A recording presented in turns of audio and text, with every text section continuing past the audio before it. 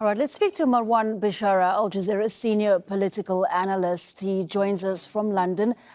Marwan, there are, of course, expectations that there will be a response to these assassinations by Israel. Hezbollah specifically has fired rockets into the north of Israel this evening. But how should this be seen? Well, clearly, from the declarations thus far heard out of Lebanon and Iran, there's going to be a response, no doubt about that. The type of response, the proportionality of the response, the timing of the response, the place from where it's going to come, we don't know. And I don't think they are about to tell us, because this is surely going to be something of a surprise in order to shock and awe Israel. But whether that will lead to more of the same, or that will lead to, in fact, a wider regional war, that also remains to be seen, although certainly the Americans are not, or don't seem very concerned with the idea of regional war.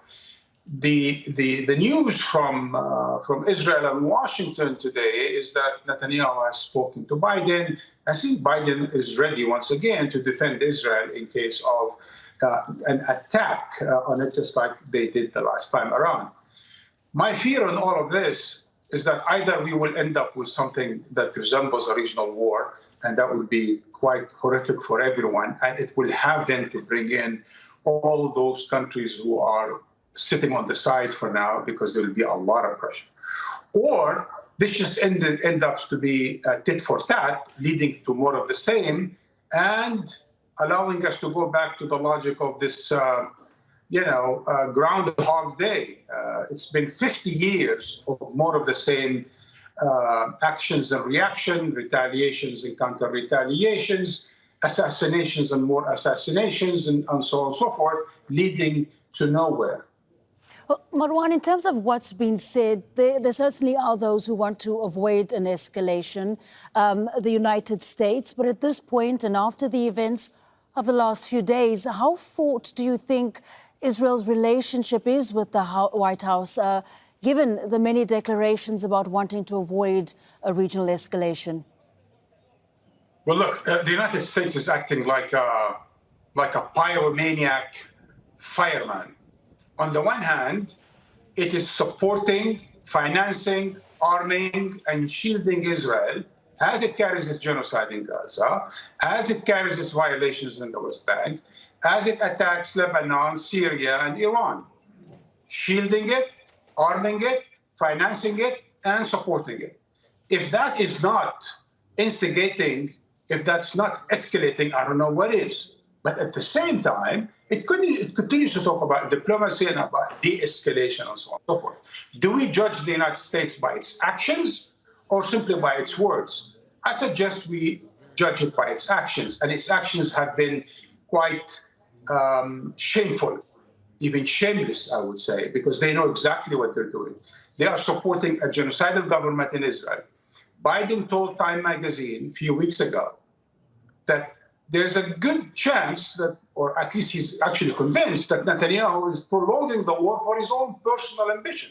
Imagine, the American president understands that. But Secretary Blinken thinks everyone is stupid to say that we had no role in it, meaning America. Of course they have a role in it. You can't support, finance, and arm a country that is carrying out a genocide and say, I have nothing to do with anything that's going on. Yes, you do have something to do with it.